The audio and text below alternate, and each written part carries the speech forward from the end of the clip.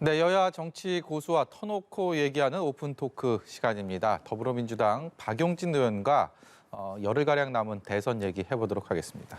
어서 오십시오. 네, 안녕하세요. 오픈 토크 시작하면서 이게 대선 레이스 초입 때 박용진 의원이 골프와 비교를 했습니다. 이렇게 골프나 정치나 이 고개 드는 것, 헤드업을 하게 되면 오히려 역효과가 난다. 그래서 겸손해야 된다. 이런 말씀하셨는데, 그리고 시간이 꽤 지났고 이제 결승점을 눈앞에 둔 상황에서 되돌아보면 민주당 이재명 후보 다 겸손했습니까? 어떻게 평가하십니까? 후보의 겸손의 문제가 아니라 사실은 민주당이 조금 국민적 실망을 워낙 크게 주고 네. 비판받은 상태에서 이 대선 국면이 시작이 된 거죠. 4.7 재보궐선거 때부터 대선 국면이 시작됐다고 보시면 될 것 같아요. 그런데 그때 그 국민들께서 정신 차려라라고 이제 회초리를 준 건데, 그 뒤에 민주당이 변화를 했는지에 대한 아쉬움이 많이 남아요. 국민들께서는 여전히 믿지 않고 있고, 그래서 지금 송영길 대표가 최근에 막 쏟아내고 있는 얘기니까 뒤늦게라도 어떤 정치개혁의 필요성, 그리고 변화에 대한 몸부림, 이런 것들 내는 거를 국민들께서 좋게 봐주시기를 기대합니다. 지난주와 비교해서 이번 주 들어서 실시한 각종 여론조사들을 보면 두 후보 간의 이 차이가 거의 느껴지지 않을 정도로 그야말로 초박빙 구도로 나온 조사들이 대부분입니다. 이 판세에 대해서 지금 어떻게 받아들이고 계신지, 또 내부적인 그 요인이 있을 것이고 외적인 요인이 있을 텐데 어떤 것들이 가장 작용을 했다 보시는지도 궁금합니다. 지금은 양쪽의 고정 지지층은 거의 다 집결했다고 보여져요. 남은 분들은 사실은 그 본인들이 스스로 생각하는, 그러니까 내가 정당 경향성에 따라서 하시는 분들이 아니고, 투표를 하시는 게 아니고 여러 가지 이유를 가지고 분석을 하고 종합을 해서 판단을 하세요. 뭐 고학력, 또 고소득의 분들이 상당히 많이 포함된 그런 그 부동층들이시거든요. 이분들은 국가 운영에 대한 능력, 이런 부분을 좀 많이 보실 건데, 저는 오늘도 이제 TV 토론이 있습니다만, 지난번 TV 토론 때 그 윤석열 후보가 너무 건성건성했다, 이런 생각이에요. 어떤 면이 건성건성했습니까? 경제 문제잖아요. 예. 경제 문제와 관련해서 그 뭐 구체적인 이야기를 하거나 대안을 제시하거나 이런 것이 아니라 그냥 그냥 이렇게 막 넘겨짚는 이야기를 하거나 하는 분들이 너무 많아서, 저는 그걸 보면서 이게 이렇게, 저는 우리 이재명 후보는 토론을 잘해도 특별히 얻을 게 없어요. 본전이다. 예.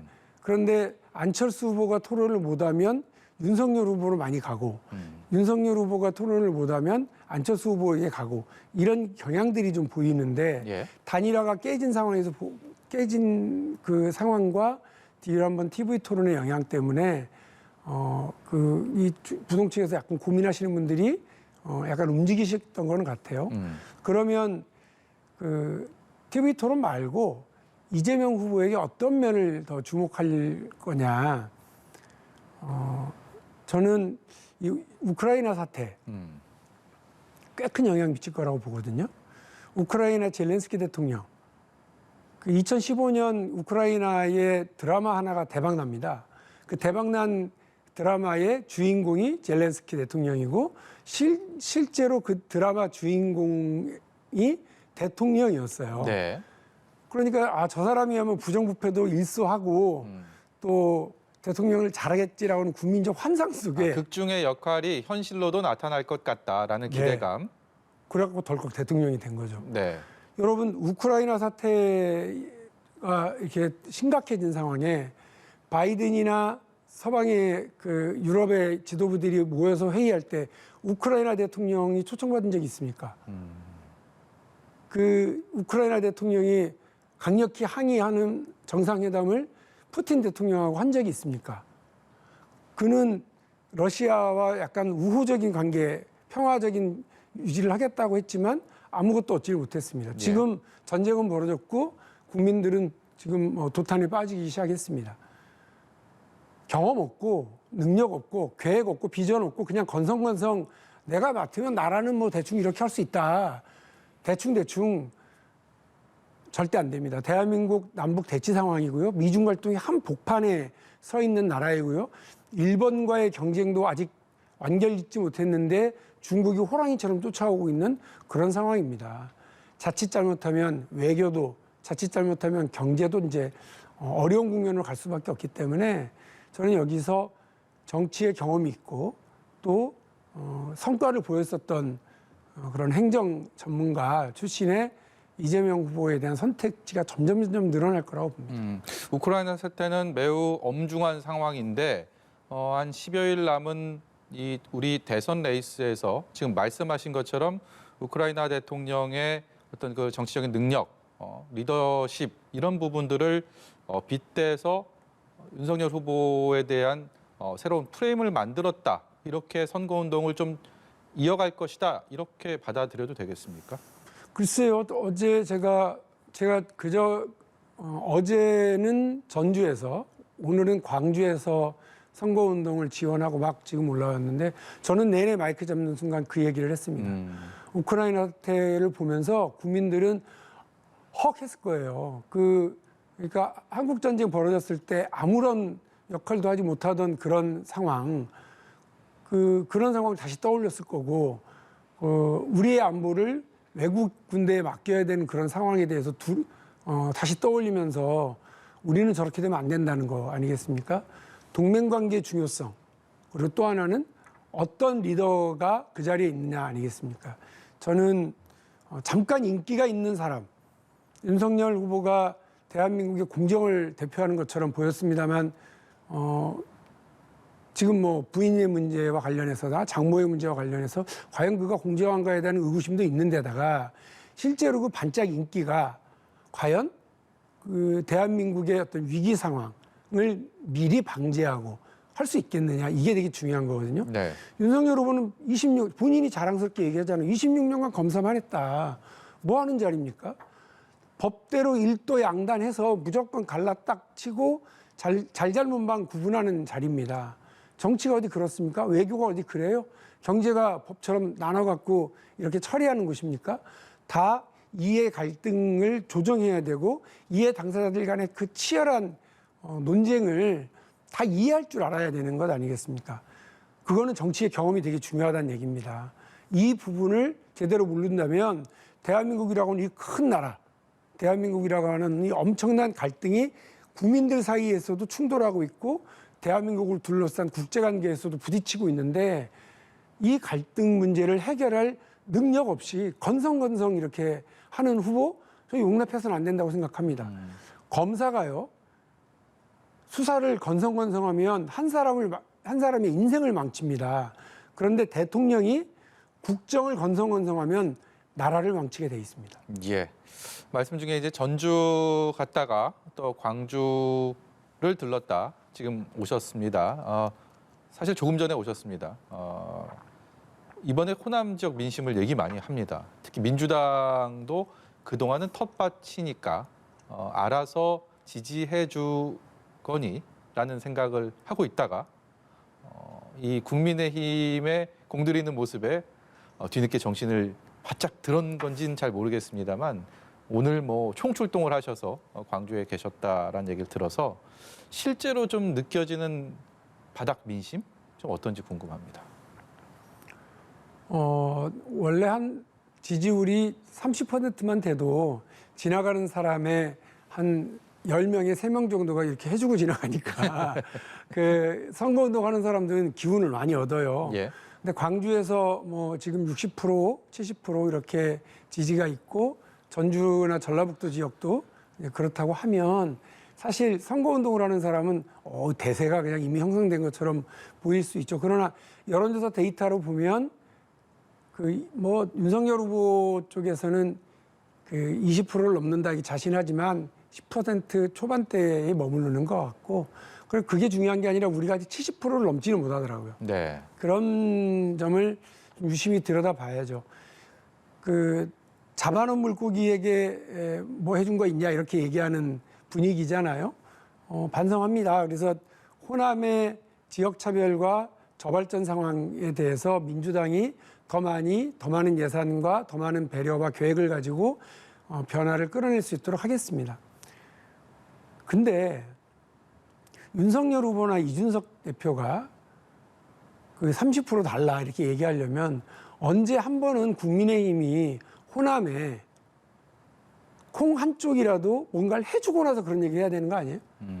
그런 얘기는 하지 않고 민주당이 안 줬으니까 우리 주세요라고 하는 거라면 틀렸다고 저는 생각합니다. 복합 쇼핑몰 짓겠다 광주에 이런 그 얘기 자기 하지 돈으로 않습니까? 짓나요? 음. 그 복합 쇼핑몰을 저는 복합 쇼핑몰에 대한 계획이 있고 그러면 광주시가 추진할 거라고 생각합니다.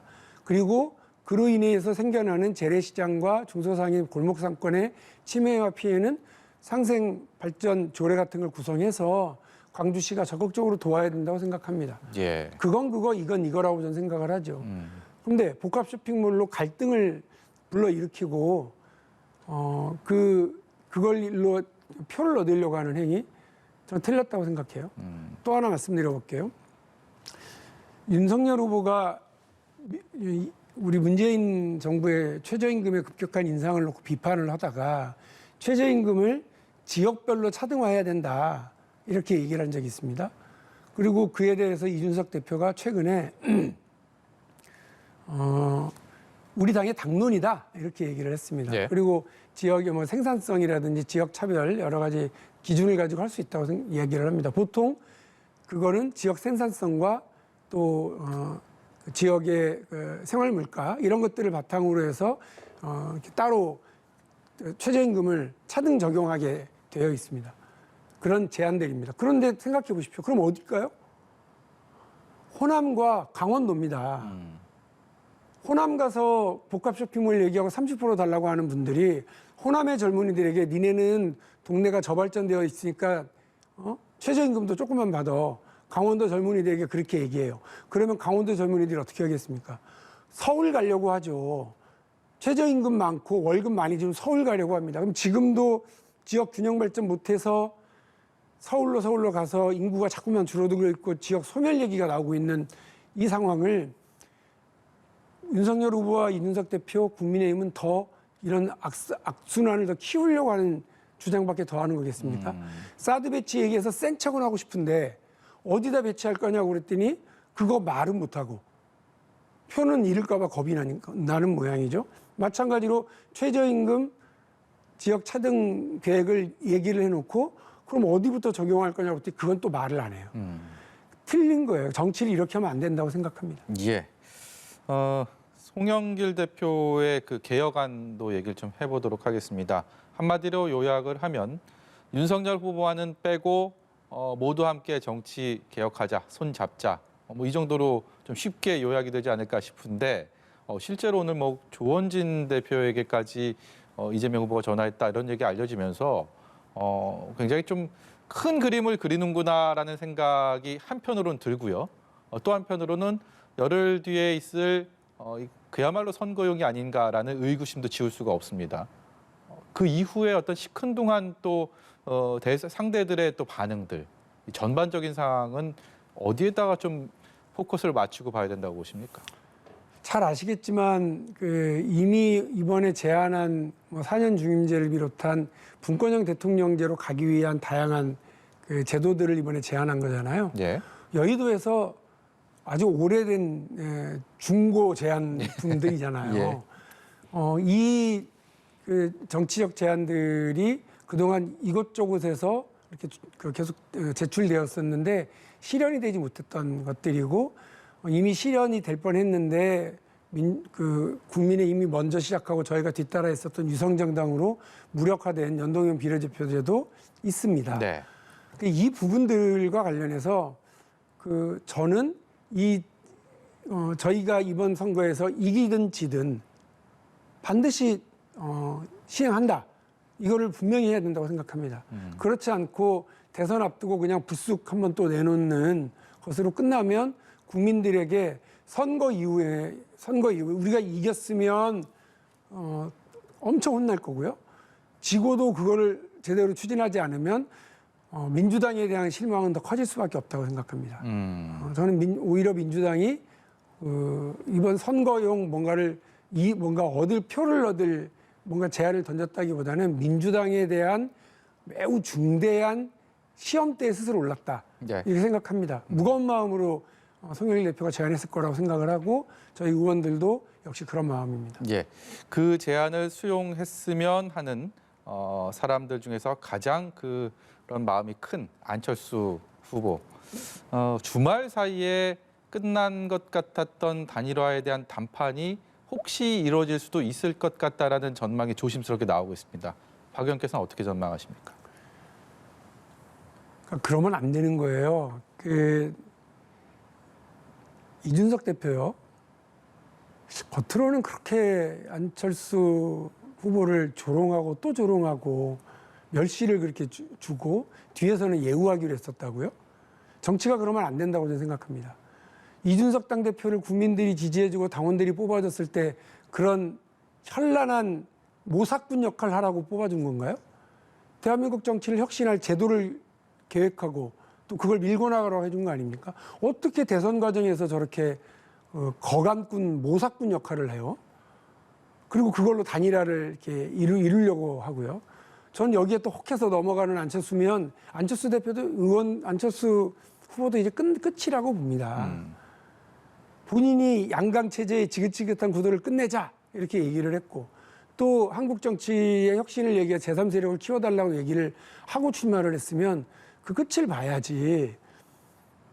그 단일화와 관련해서 이랬다 저랬다 하는 거면 어떻게 보면 제가 이준석 대표를 정말 흠뻑 비판하지 못하는 이유는 상대 비판 대상이 안철수이기 때문일 수도 있어요.